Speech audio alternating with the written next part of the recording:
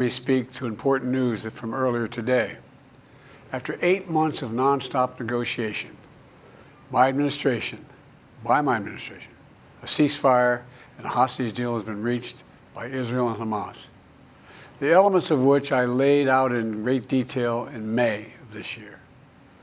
This plan was developed and negotiated by my team and will be largely implemented by the incoming administration. That's why I told my team to keep the incoming administration fully informed, because that's how it should be, working together as Americans. This will be my final address to you from the American people, from the Oval Office, from this desk as president.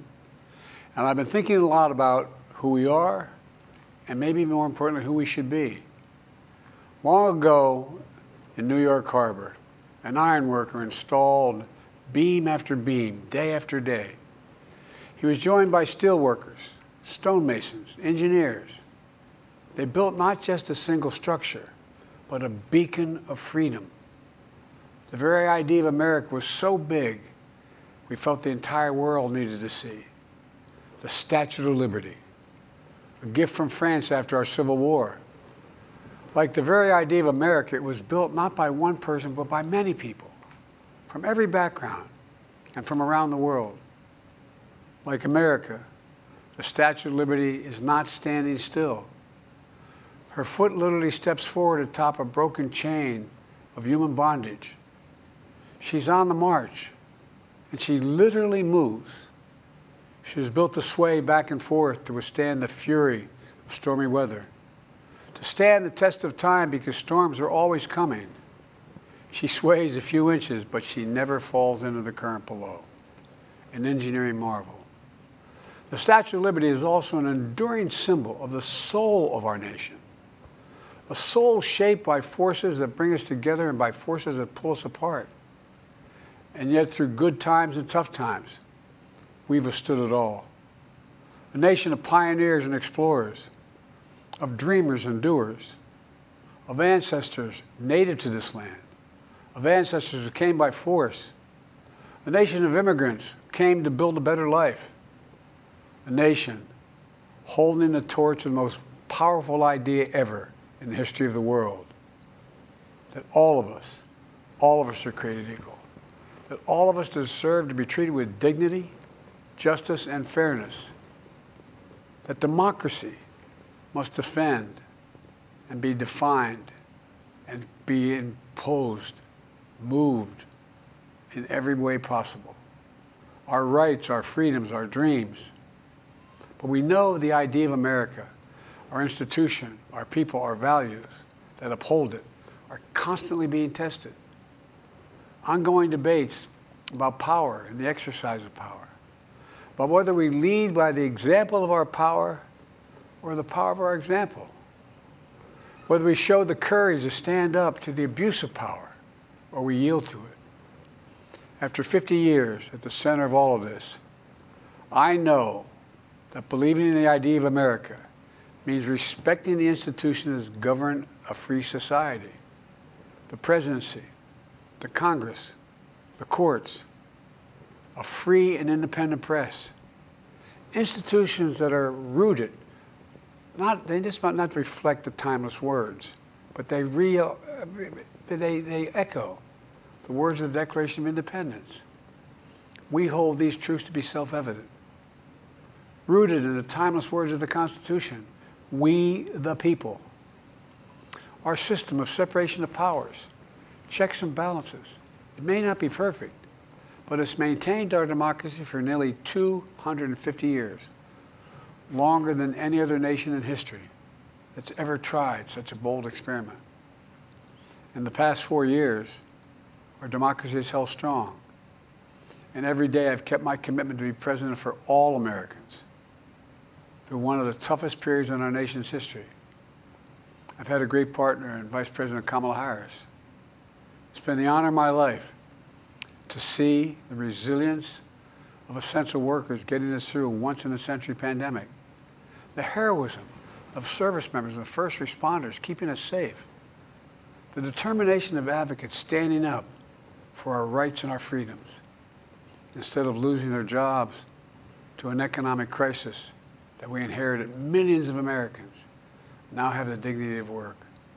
Millions of entrepreneurs and companies creating new businesses and industries, hiring American workers, using American products.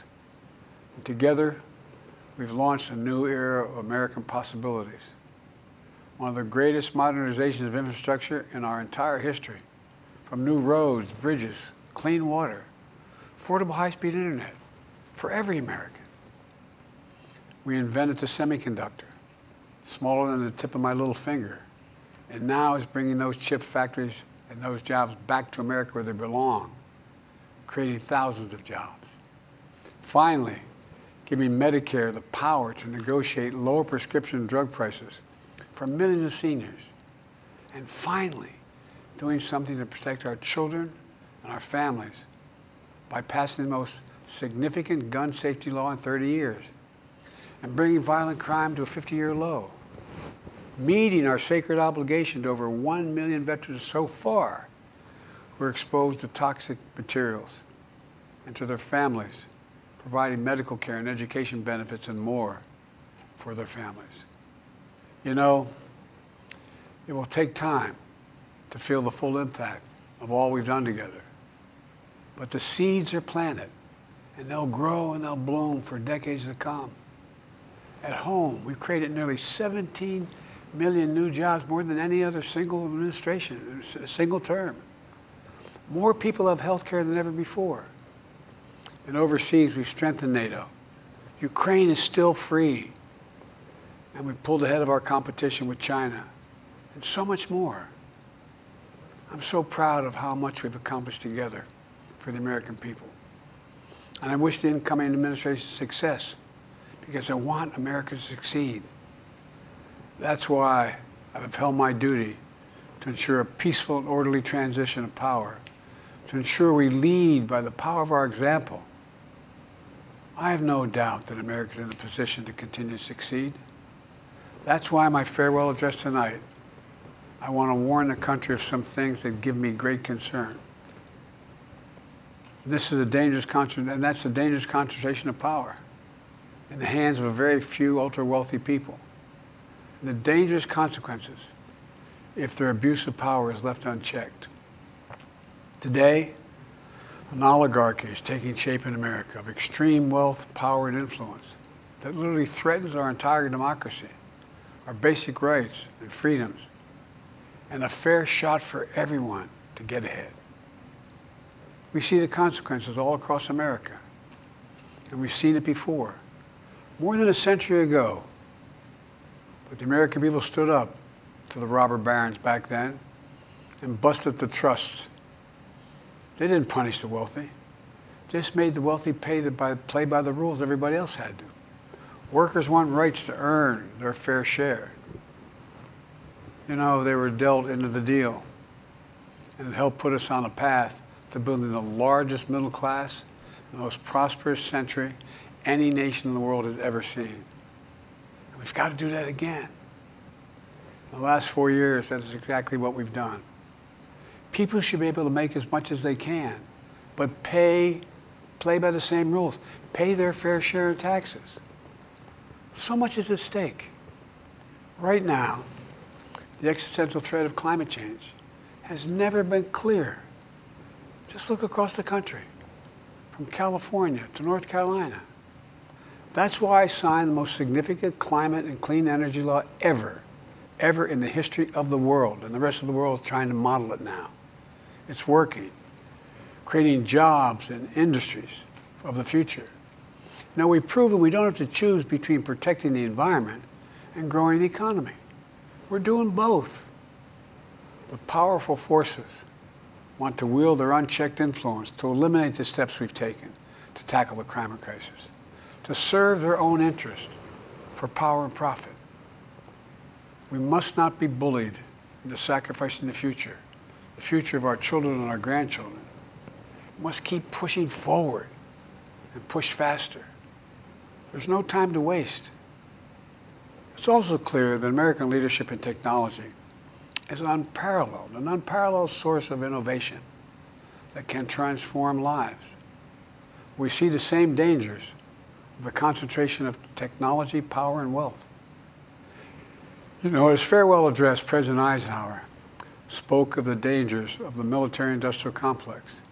He warned us then about, and I quote, the potential for the disastrous rise of misplaced power, end of quote.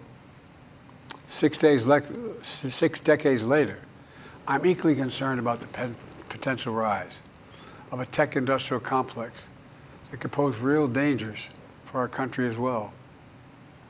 Americans are being buried under an avalanche of misinformation and disinformation, enabling the abuse of power.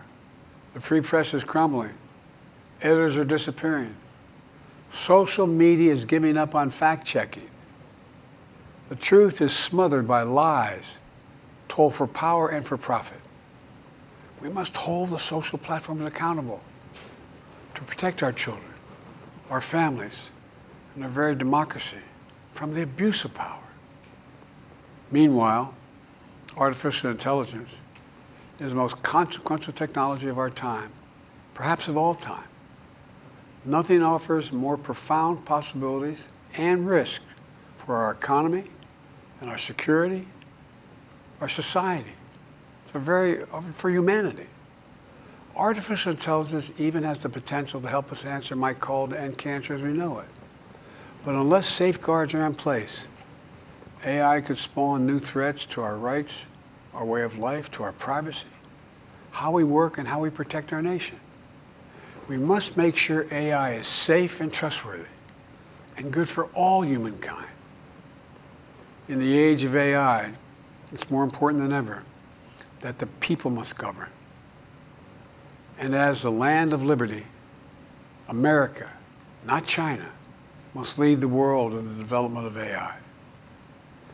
You know, in the years ahead, it's going to be up to the president, the presidency, the Congress, the courts, the free press, and the American people to confront these powerful forces. We must reform the tax code, not by giving the biggest tax cuts to billionaires, but by making them begin to pay their fair share. We need to get dark money. That's that hidden funding behind too many campaigns contributions. We need to get it out of our politics. We need to enact an 18-year term limit, time and term, for the strongest ethics reforms for our Supreme Court. We need to ban members of Congress from trading stock while they're in the Congress. We need to amend the Constitution to make clear that no president is immune from crimes that he or she commits while in office. The president's power is not limited. It's not absolute, and it shouldn't be. And in a democracy, there's another danger to the concentration of power and wealth. It erodes a sense of unity and common purpose. It causes distrust and division. Participating in our democracy becomes exhausting and even disillusioning. And people don't feel like they have a fair shot. We have to stay engaged in the process. I know it's frustrating. A fair shot is what makes America, America. Everyone's entitled to a fair shot. Not a guarantee, but just a fair shot. An even playing field. Going as far as your hard work and talent can take you. We can never lose that essential truth, remain who we are. I've always believed, and I've told other world leaders, America can be defined by one word: possibilities. Only in America do we believe anything is possible. Like a kid with a stutter from modest beginnings in Scranton, Pennsylvania, and Claremont, Delaware, sitting behind this desk in the Oval Office as President of the United States. That's the magic of America. It's all around us. Upstairs in the residence of the White House, I've walked by a painting of the Statue of Liberty I don't know how many times. In the painting, there's several workers climbing on the outstretched arm of the statue that holds the torch. It reminds me every day I pass it of the story and soul of our nation and the power of the American people. There's a story of a veteran. This is a veteran, the son of an immigrant, whose job was to climb that torch and polish the amber panes so rays of light could reach out as far as possible. He was known as the keeper of the flame. He once said of the Statue of Liberty, quote, "speaks a silent universal language, one of hope that anyone who seeks and speaks freedom can understand." Yes, we sway back and forth to withstand the fury of the storm, to stand the test of time. A constant struggle, a short distance between peril and possibility. But what I believe is the America of our dreams is always closer than we think. And it's up to us to make our dreams come true. Let me close by stating my gratitude to so many people, to the members of my administration, as well as public service and first responders across the country and around the world. Thank you for stepping up to serve. To our service members and your families, it's been the highest honor of my life to lead you as Commander-in-Chief. And of course to Kamala and our incredible partner, the historic Vice President. She and Doug have become like family, and to me, family's everything. My deepest appreciation to our amazing First Lady who's with me in the Oval today, for our entire family. You're the love of my life and the lives of my love. My eternal thanks to you, the American people. After 50 years of public service, I give you my word. I still believe in the idea for which this nation stands. A nation where the strength of our institutions and the character of our people matter and must endure. Now it's your turn to stand guard. May you all be the keeper of the flame. May you keep the faith. I love America. You love it too. God bless you all. And may God protect our troops. Thank you for this great honor.